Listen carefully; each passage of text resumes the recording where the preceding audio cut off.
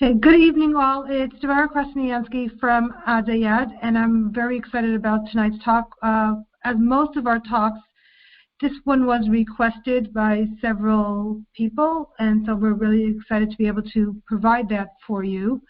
Rabbi Taub will be talking about resetting your Shalom Bayis for husbands. This is not addressing the women, and women, if you're listening, it's not for you.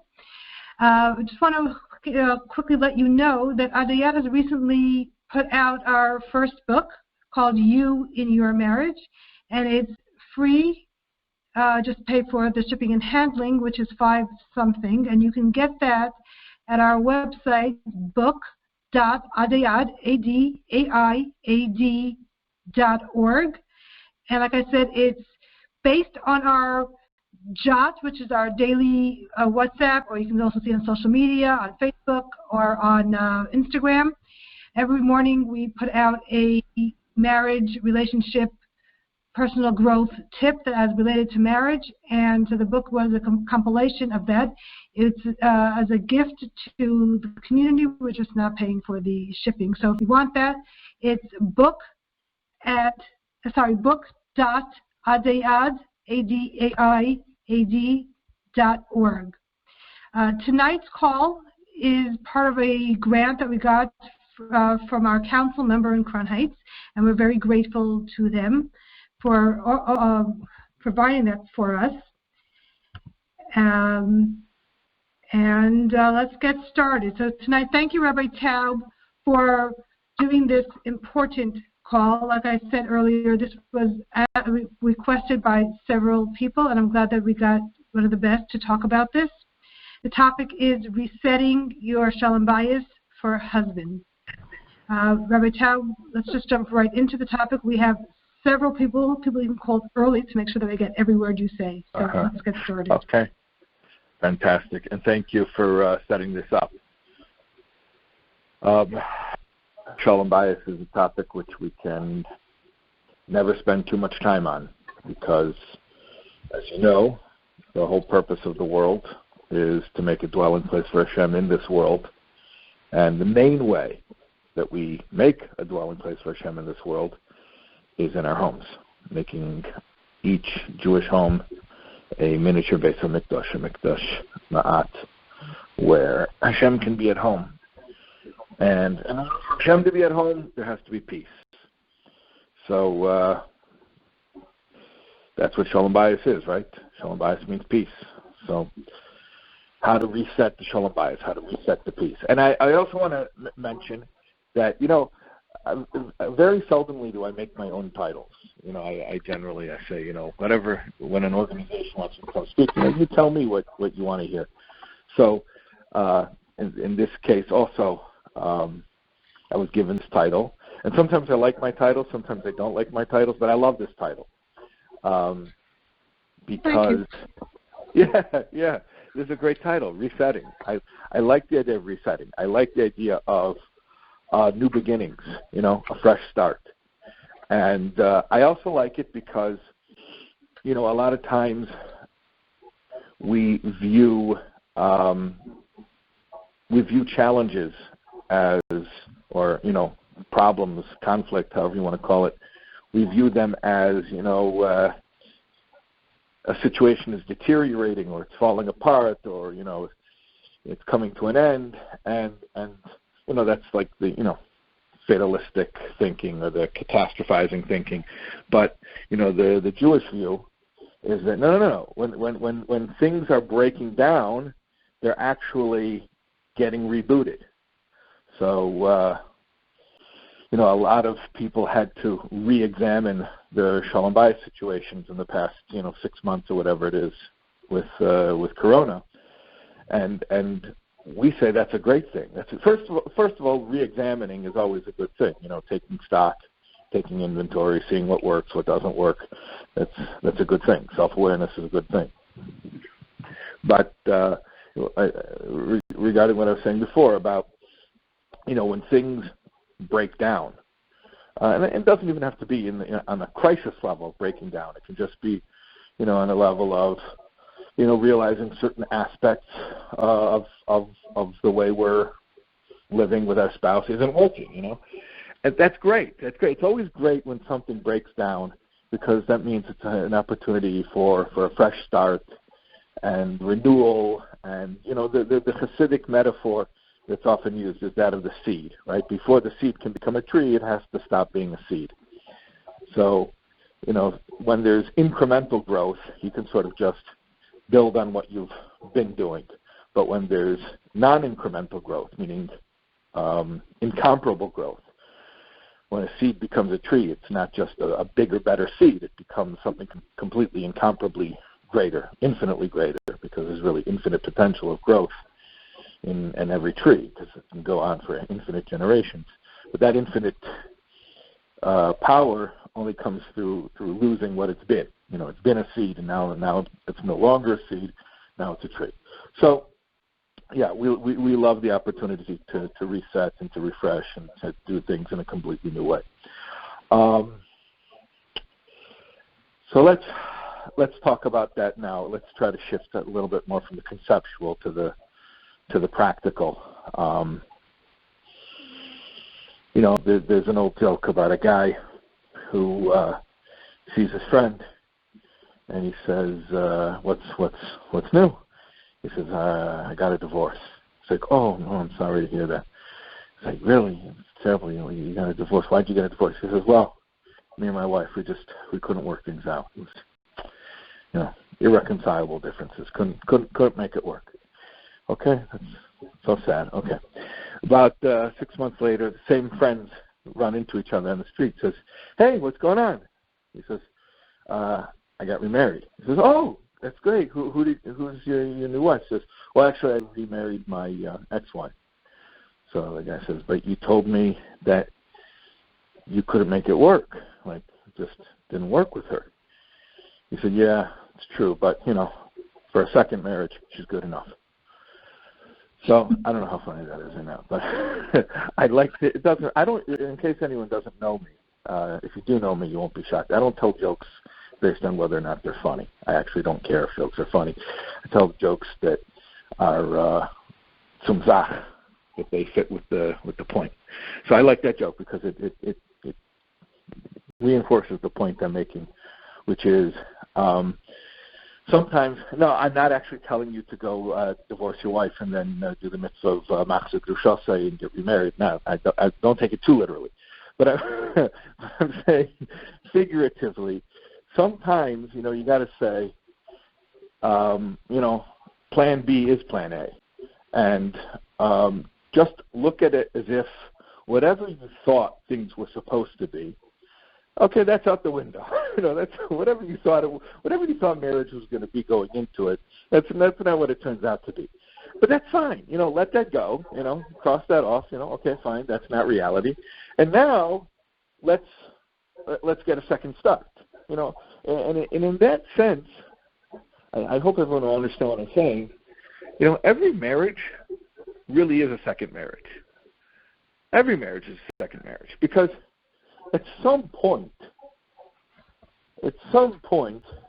you realize that whatever it is that you thought it was going to be, it's not.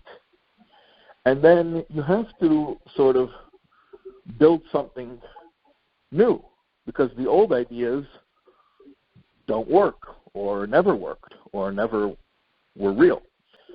So every marriage is sort of a second marriage. And by the way, this week's Parshas Vayetze, Bashgacha Pratis, and this is about Yankov Avinu marrying Rachel and Leah.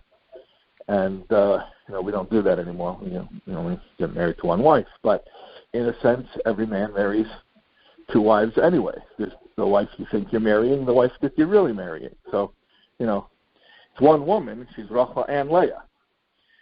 And, by the way, I think this is a good time for me I should have said this from the very beginning. If there are women listening right now, you're not really doing yourself a service by listening.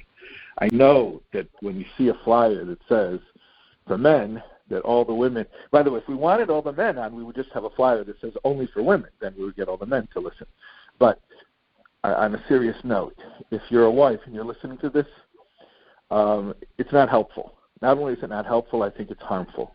And I'll tell you why. I'm going to tell you very overtly so that when you hang up, if you're a woman, you're listening right now, and you hang up, you're not going to feel, oh, shucks, I'm missing out on something really awesome.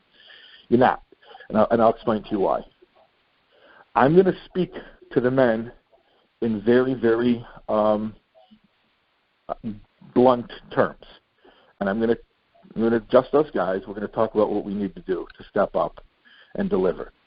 If you're the wife and you hear this is nothing but resentment fuel for you. Okay? This will only make you upset at your husband because you'll say, oh, Rabbi Taub said that the husbands have to do this and this and this and this, and my husband's not doing it. Okay? So it's only going to make you upset because everyone's imperfect. Yes, everyone's imperfect. Your husband is not the only imperfect husband. All the husbands are imperfect. Yes, they are. And so when you're going to hear all the things we talk about, you're going to see, oh, the reality doesn't measure up, and then you're going to be upset about it. So why listen to something that's going to make you upset? Okay? If you're a wife, you should listen to somebody telling you what wives have to do to step up in their marriage. Don't listen to somebody talking about what men have to do, what the husbands have to do, because that's only going to make you feel a sense of entitlement and like your husband's doing things wrong, and that's not going to lead to peace. Okay? So, if there are women who are listening, please just trust me, let it go. It's not going to help you to listen to this. Like I said, it's resentment fuel, and you don't need it. So I will let you. Are we saying like all the calls, like one by one, like everyone's hanging up? I think more people are calling in. Oh, more we'll go on. Okay. I was just wondering if you lost like half the people just now. No. No. Only men are on the call. Okay. No. All right. Mm-hmm. All right. So, we had a little disclaimer there. We're talking about what it means for. By the way, I'm getting texts as I'm speaking to the whole group. There are people. I always love the people who text me directly. Okay. All right. I'm just looking at the different texts that I'm getting. I'm just trying to see how to incorporate it. Yeah. Okay. Anyways, if you're texting me there, actually, is there a number to call, or is there a email? Yes. The best way to send it is on the flyer where you found this phone number. There is a link. It's adai.org/ask-anonymous-question. It comes in absolutely anonymous, and you could leave your name and number. We can get back to you, but it comes in absolutely anonymous. So that's adai.org/ask-anonymous-question. Okay, that's a website. That's a web page address. Yes. And there's a form at the web page. An anonymous form, right? So I don't see your email address if you don't want it. Okay. Can you say one more time for everybody? It's adaiad, ADAIAD.org/ask-anonymous-question. Excellent. Okay. All right. So if any questions come in, let me know. Okay. So getting a fresh start, resetting, recalibrating. All right, what do we need to do as husbands? All right, all the wives hung up. They're not listening anymore.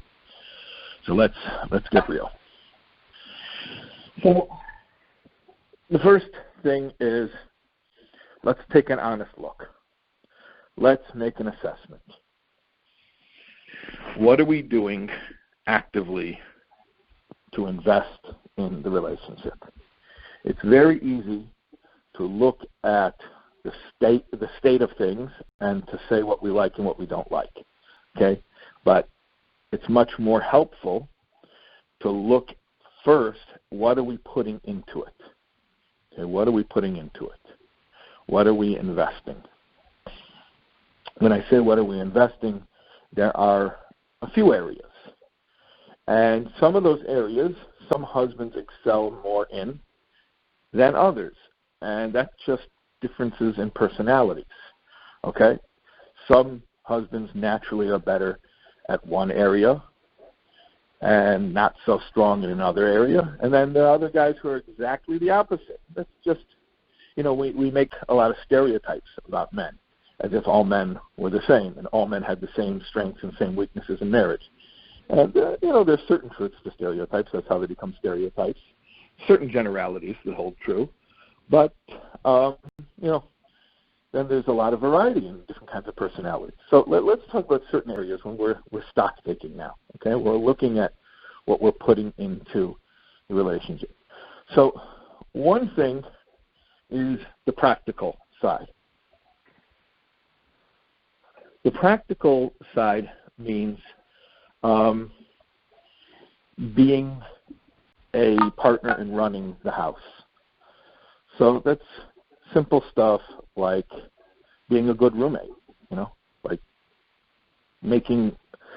cleaning up more than you mess up, I'm talking about Pasha Begashmis, physically, like, cleaning up, doing chores around the house, being helpful, helping with the kids. There are areas that I'm going to say something that might sound sexist. It is actually, because it's reinforcing different gender roles. But the women generally know how things are supposed to be done in the house better than the men, okay? And so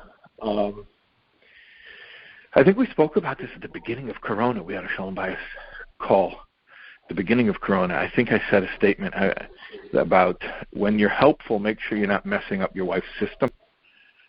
I think we said something like that. Mm-hmm. We spoke about that. Yeah, she has a system for things. Okay. So I'm talking about a little bit of a different aspect of that right now, which is, it's related to the same point that the woman generally has systems for how things are supposed to go in the house. So at the beginning of Corona, I said, that's right. The beginning of Corona, we were talking about men who are going to be home more than they used to be home. So I said, now that you're home more and you see more of what goes on in the house, try to keep your opinion out of it, because your wife probably spent years developing, how things are supposed to run, and, respect that system. But I'm bringing out a little bit different point now, which is when you're doing your stock taking and you're evaluating how much you are investing and how much you're contributing and how much you're helping, you may actually need to ask. You might have to ask your wife, and I'll tell you why. Because sometimes we want to be helpful, and our intention is to be helpful, but we don't necessarily always know which actions actually are the most helpful. So if you're doing it to fish for a compliment, that's actually kind of tiring when you're trying to, elicit praise from people. We'll talk about that a little bit later, by the way, about the need for validation and how it poisons so many relationships. But if you're going to your wife and say, tell me how I am with, getting the kids to school, and you're doing it because you want a compliment, like that's, you're taking from her. That's not a good idea. But if it's an innocent question, it's a fact-finding mission, like you're actually sincerely asking for information so that you can understand better your role and what's helpful. So that's fantastic. That's great. So you may need to do that, right? On the practical end, I'm talking about Untitled Bayis, which again, that's sexist statement, but I'll say it. Women generally are the ones who know how the Untitled Bayis are supposed to go, at least the system how they want it to go. So go check in, find out if And I'm saying this also because I'm a man. I'm on the men's side. People always accuse me of being on the women's side. No, I'm not. I'm against the women. I'm for the men. Okay, I'm on our team. All right. Listen, it's so frustrating when men are putting out so much effort. They're trying so hard, and it's like, that expression, don't work harder, work smarter. Okay.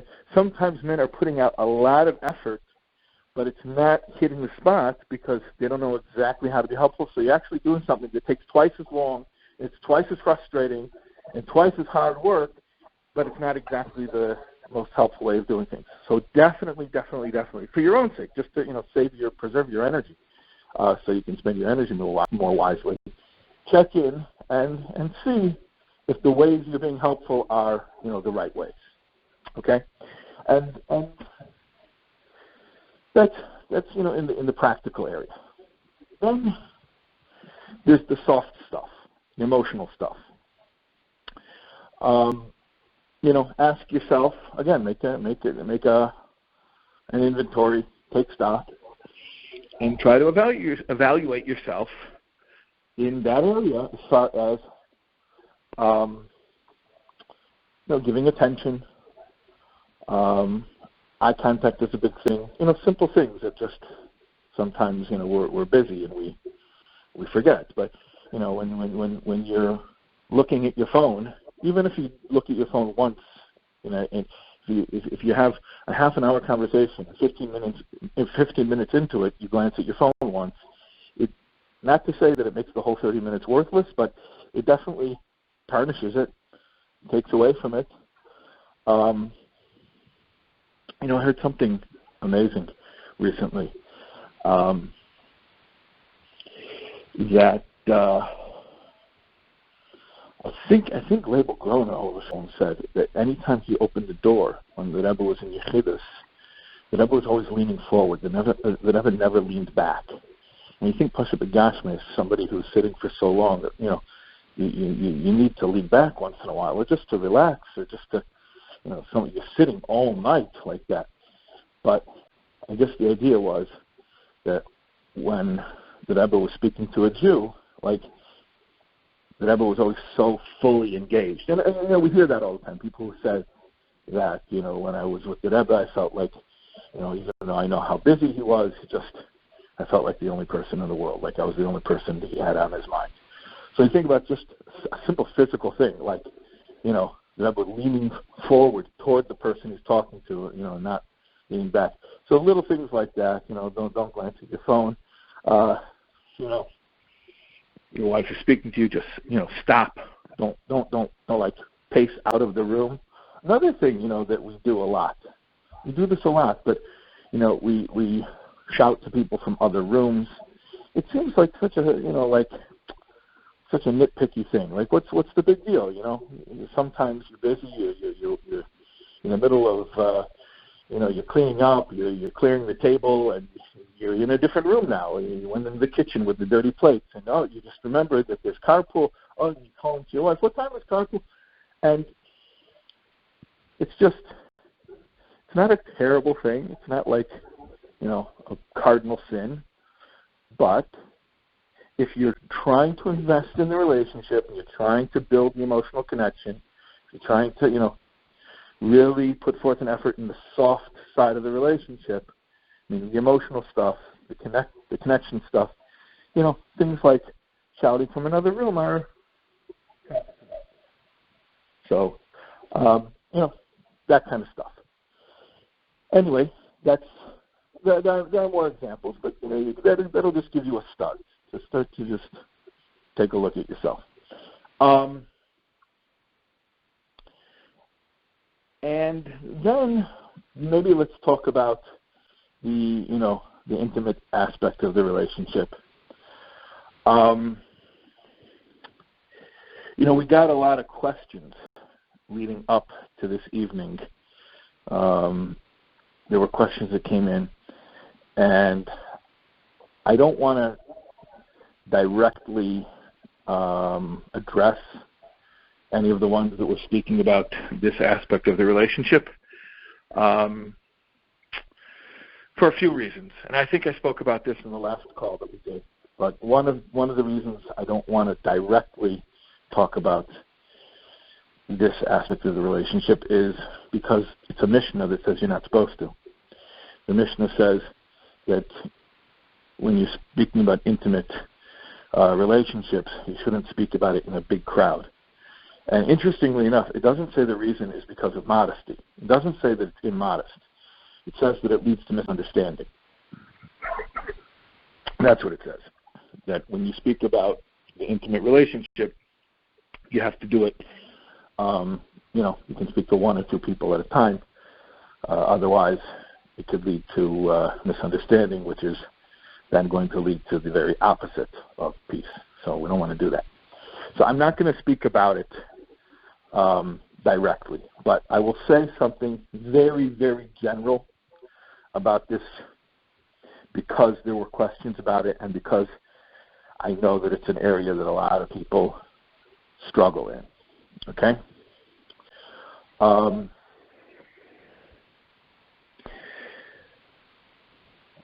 Two things, 2 points. And again, I'm speaking generally, and maybe for another time, in another setting, we can focus more on it directly. It would have to be the right setting. I don't know if a conference call is the right setting for it, but 2 very general points about this area.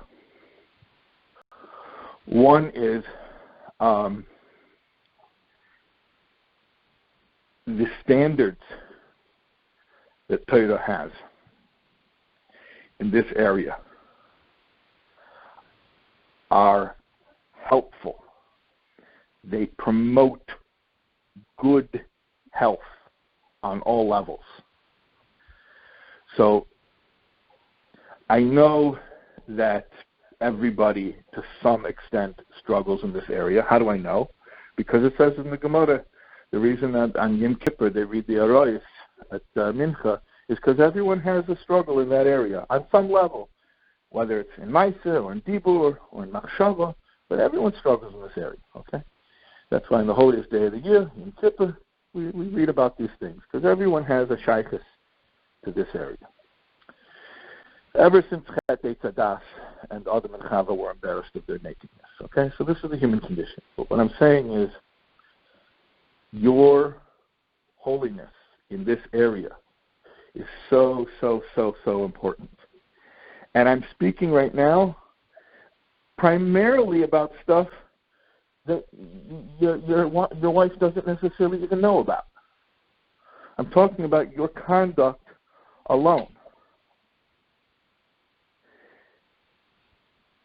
I'm not speaking about the actual act or everything leading up to it. I'll talk about that in a moment, God willing. But I'm talking about your private life that's between you and Hashem. You can't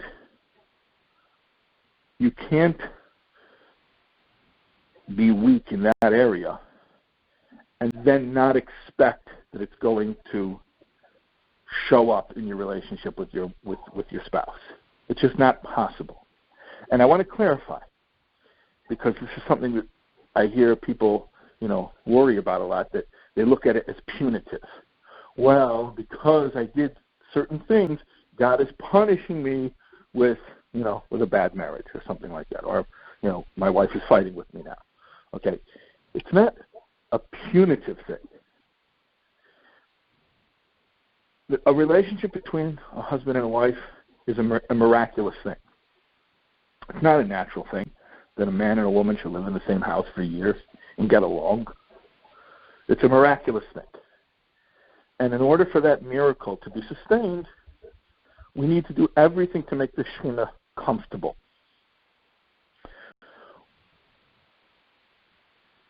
Again, I'm not speaking directly to it, but it's so important to conduct oneself in a holy manner, even in things that's between you and Hashem, and that your wife wouldn't necessarily know about or be directly affected by. But in order that the Shekhinah should be comfortable in your home, you want to make sure that you are conducting yourself according to the highest level of purity that you can. Okay? That's one point I wanted to say about this area. And everyone can take stock, and I'm sure everyone can find room for improvement in this area. And if you find this to be an overwhelming struggle to the extent that this is this has taken over most of your focus in life, okay, I'm speaking about an extreme case where your struggles, like I said, everyone struggles in this area, but if you're struggling in this area to the extent where it is removing you from all other aspects of life, then in that extreme case, then you should reach out for special help in that area, because it's way beyond just a regular. That's beyond the regular level. Okay, and again, let me make sure you understand what I'm saying. If you find that your struggles in this area have become so overwhelming as to intrude on most of your other life, okay? In other words, you're struggling in this area, and it's interfering with not just your marriage, but I'm sure that area as well, although sometimes not. Sometimes people are able to, manage that double life. But if it's interfering with other aspects of your life, or it's interfering with your self-esteem, or interfering with your relationship with Hashem, or your emotional well-being, your ability to concentrate, things like that, then reach out and seek special help in that area. Okay, that's what I'll say about that. The second thing I want to say on this subject is that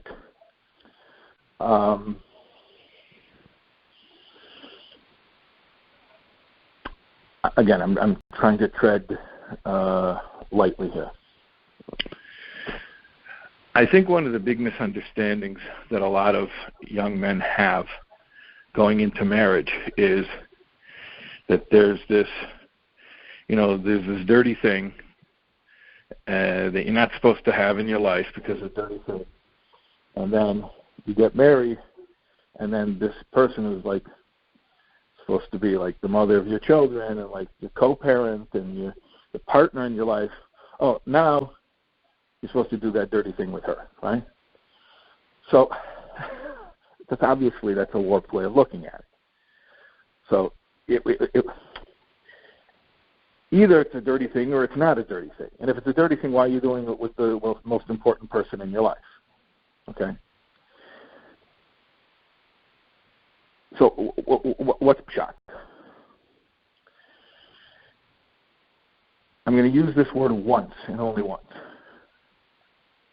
Human sexuality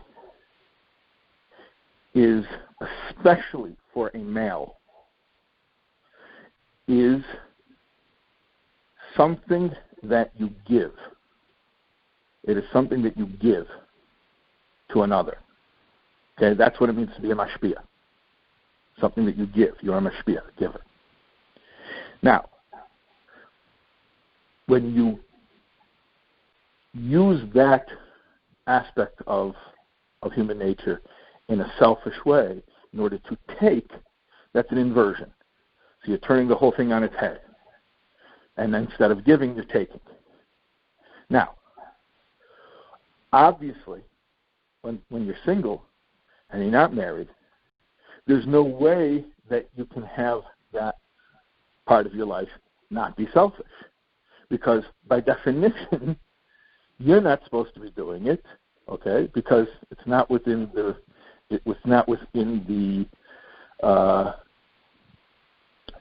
within the holy confines of marriage. So the only reason you're doing it is because you want to do it.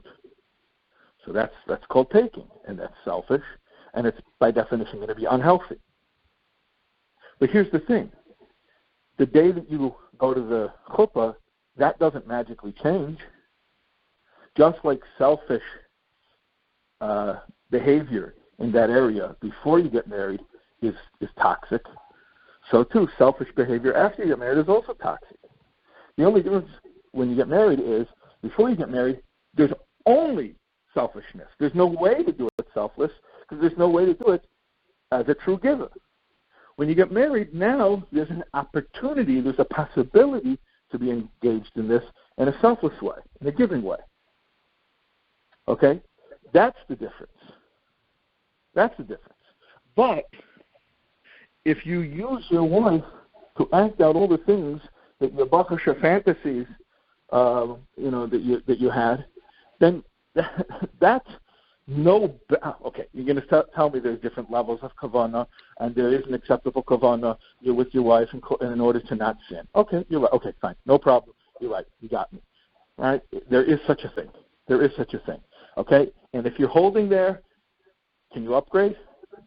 Okay? Because we spoke about this. We want to evaluate ourselves. We want to improve. We want to get better. Okay? So, yeah, that is the lowest of acceptable kavanahs. But the lowest,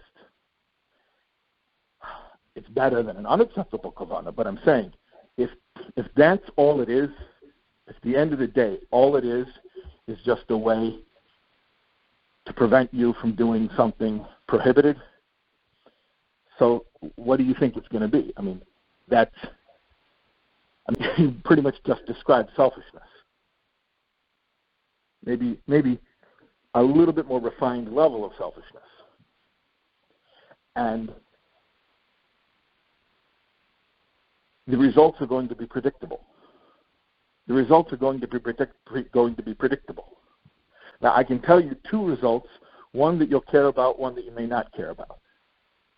The one you'll care about is your wife probably won't be so interested in being available for that. Because why should she be used? Women are funny that way. Okay? The one you may not care about, but you should, and if we think about it, you will, is that you're actually losing out on an important part of your spirituality. Because your role as a giver in this area isn't just like a necessary evil and Torah allows it. You know, Torah begrudgingly allows you to have an intimate life. No. This is the Holy of Holies. This is Kodesh HaKadoshim. This is the core of your building a Dira B'Tachtonim in your home.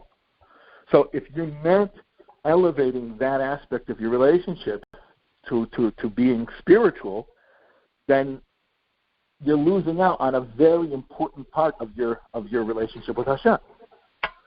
So I said, maybe that's not something we automatically care about, but if you think about it, you should care about it. And if that doesn't bother you, then think about the first thing, which is it'll just make your wife feel exhausted and used up and unavailable. Okay? But, again, I said we're not going to talk about these things so directly. I'm just speaking about it in a general way. You see how much longer it takes to speak about something indirectly than directly. But, as I said, I feel it's important not to be recorded on a conference call speaking about the nitty-gritty of these inyanim. And maybe there will be a time and a place and a setting for it. Perhaps I'll have to wait until after Corona, whatever it is. But that's as much as I want to say about that right now. Okay. What else did we want to address?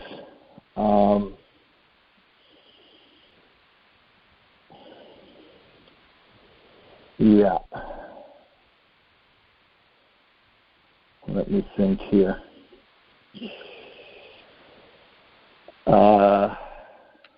We actually got a lot of questions. I can start with those. We got a lot of questions? Okay, so you know what? Let's do that. Let's take some questions. Okay. So let me see.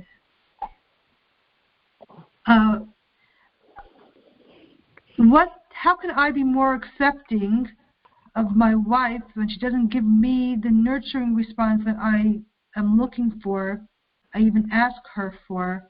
So I guess it's a balance of what is the wife able to give and how to be accepting of it.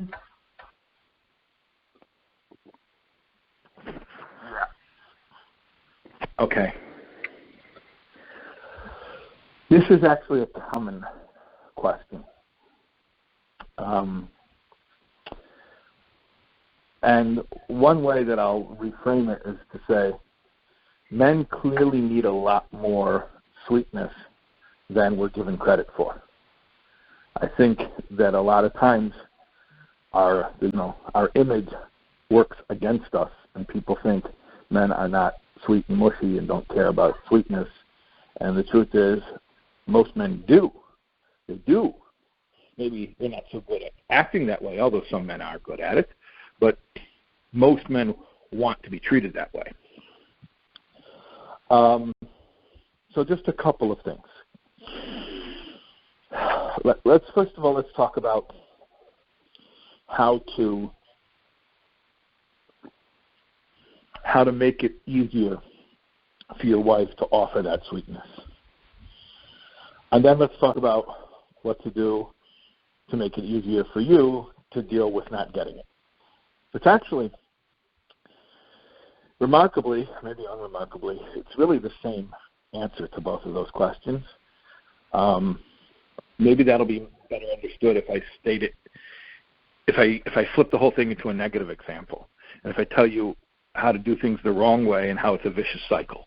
I think I'm going to do it that way, yeah. If your wife's not being sweet enough, nurturing, giving you the whatever affirmation that you're looking for, and then you try to get it from her, like you try to basically, some people are manipulative, so they don't straight up say, they want some attention. They do you a favor, which isn't really a favor. It's really, they don't do this anymore. I don't know why, but I remember we used to go to the red light, and the bums would have with the squeegees, and they would squeegee your windshield, and then they would yell at you for not paying them for it. But I didn't tell you to do. I didn't tell you to squeegee my windshield. Okay, you did it without asking. I thought you were doing it out of the kindness of your heart, and then you yell at me, I didn't pay you, right? So sometimes a man will want some attention, but he won't say it. So what he'll do is he'll do something sweet, like, he'll take out the garbage without being asked, and then he'll be waiting for the affirmation, okay, but where's the affirmation? And then he'll, trying to be smooth, that garbage, that was pretty heavy today. You're just trying to, get her to realize it. Anyway, so like I said, what's the vicious cycle? The vicious cycle is, so the more you need that kind of validation, the less you get it. The more needy you are. Everyone likes validation. Everyone enjoys validation. But that's not the same as needing it. When you need it, meaning when you're not okay without it, that's a problem. It's like fundraising. The guy who comes in tells the Gvir, I need to pay the bills. I'm going to get the lights shut up. They're going to shut off the lights on me. So, the Gvir will give him, $180 out of Rahman. But the guy who comes in all confident and says, we have lots of backers, and we're doing something incredible, and we want to let you have an opportunity to be a partner with us. He's the guy who doesn't get 180, he gets 180,000, right? Because he's a winner. Now, who needed the money more, So there's something, don't take this word too much to heart, but there's something repulsive about neediness. And what happens is the people who need the validation, not those who enjoy it, we all enjoy it, but who need it, who are not okay without it, they push others away even more, because people feel that you're going to emotionally vampirize them. So they don't want that. Nobody wants to get their emotional energy sucked from them. So they put up walls, and especially with a husband-wife relationship, where really it's the job of the husband to give the woman such emotional security that she's able to relax and open up to him. And if he's got his claws in her and he's trying to suck her dry, then she's going to put up her defenses. So that's the vicious cycle. The needy person gets less. The one who needs the affirmation the most actually ends up getting less and less of it. So then you flip it, the virtuous circle, in the positive way, is when you don't need it. You enjoy it because we all enjoy it. Of course we do. but you don't need it. So what does it mean you don't need it? You're okay without it. In other words, even if my wife isn't sweet, even if she's not complimentary, even if she doesn't give me attention, I know that I'm still good. I don't need her to affirm it or to prove it. I know that I'm good. Now, how do you know you're good if she's not affirming it? For that, you have to believe in God. And you have to learn chassidus, and you have to daven, and you have to think. You have to be mizbeinin, and you have to really take it seriously, what you say with Meida Ani, and that Hashem has faith in you, and you're here for a reason. And, when you take that seriously, then you don't need validation from humans. And then a remarkable thing happens. The people feel more safe in validating you. Okay? So that's the answer to, what can you do to allow your wife to feel more comfortable giving more of that. All right? Now, you speak to the therapist, which I'm not one of, they'll probably tell you communication, and that's probably the right answer. I'm just telling you based on this. I don't know what the secular point of view would be. They would probably tell you communication. If you want validation, go ask for it. And they're probably right, and I'm probably wrong, but, I can only tell you my perspective, okay?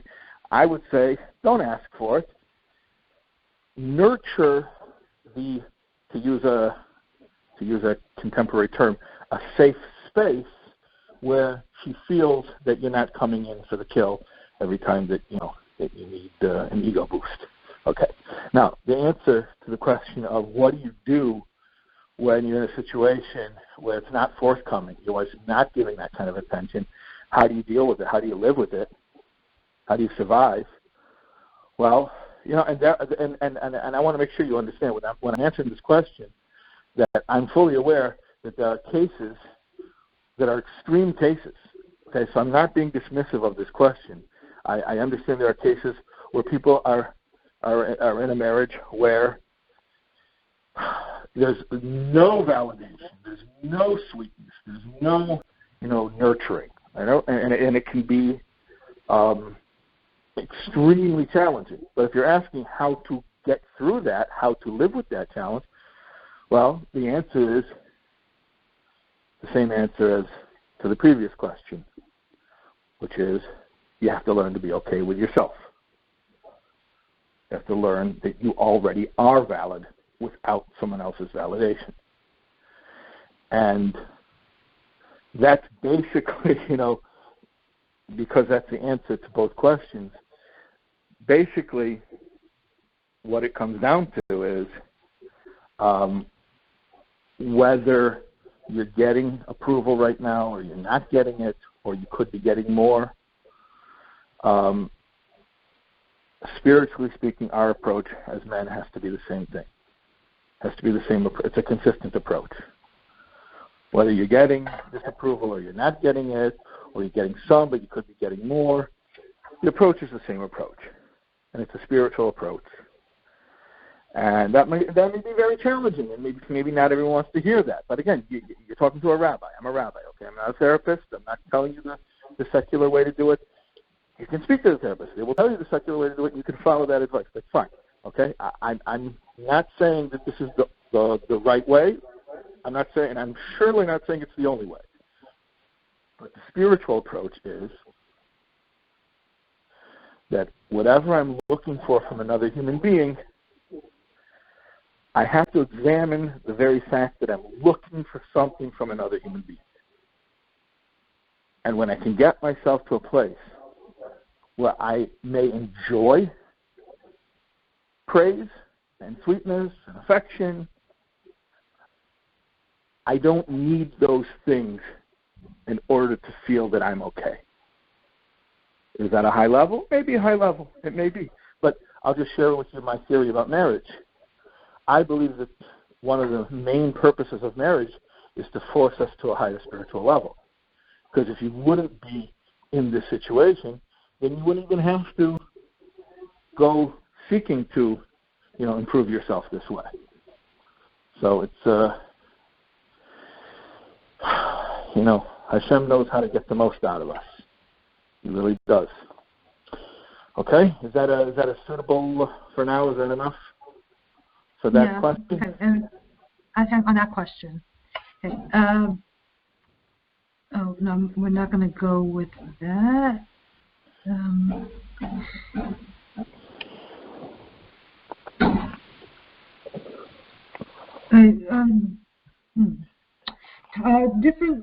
Very different perspectives on lots of different things. How do we balance that?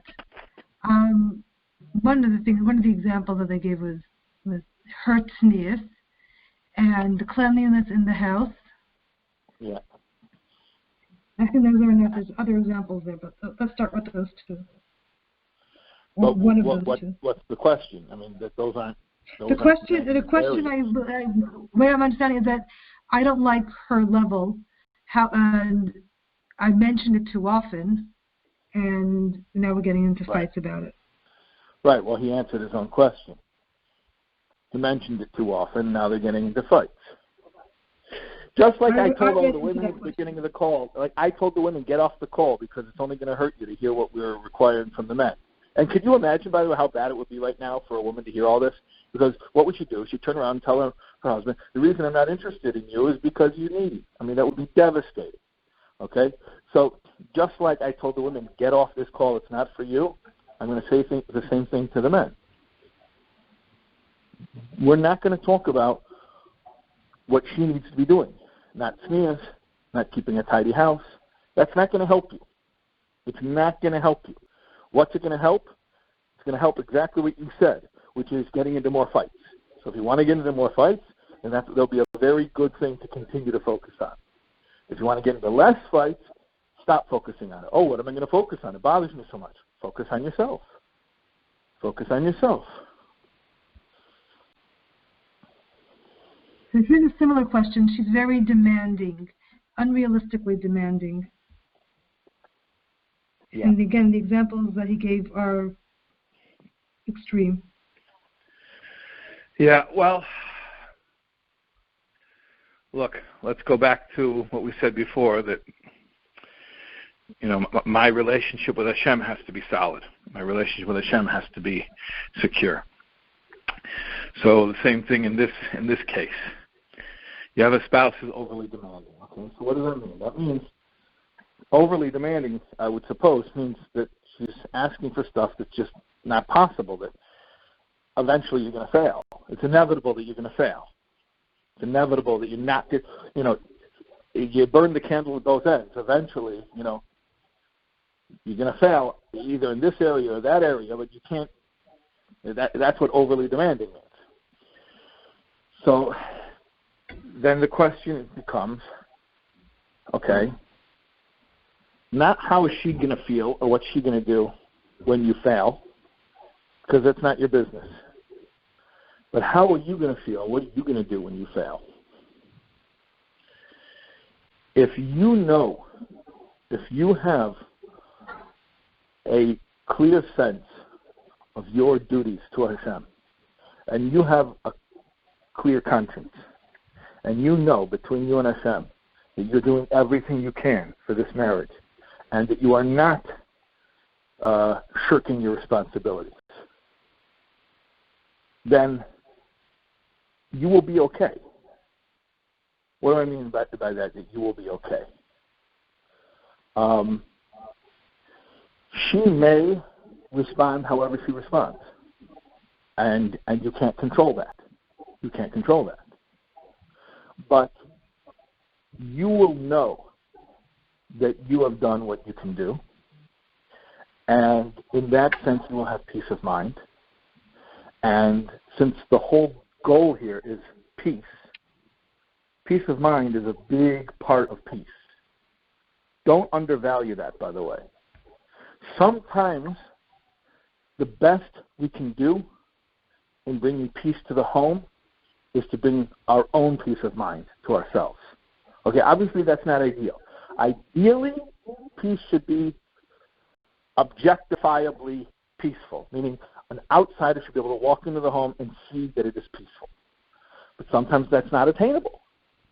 So then how much can I do in achieving peace?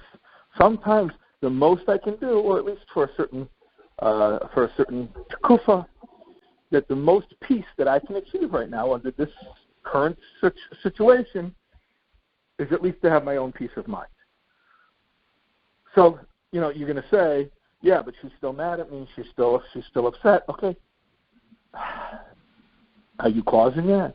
Is that because of something you're doing? Now, if you are causing it, so stop. So cut it out. We spoke about that at the beginning of the call. If you're not causing it, and you're doing everything you can do, and your conscience is clear, and you say Krishma Shalom, and you make a husband tzedek, and you know between you and Hashem, you're doing everything you can do, then you have peace of mind.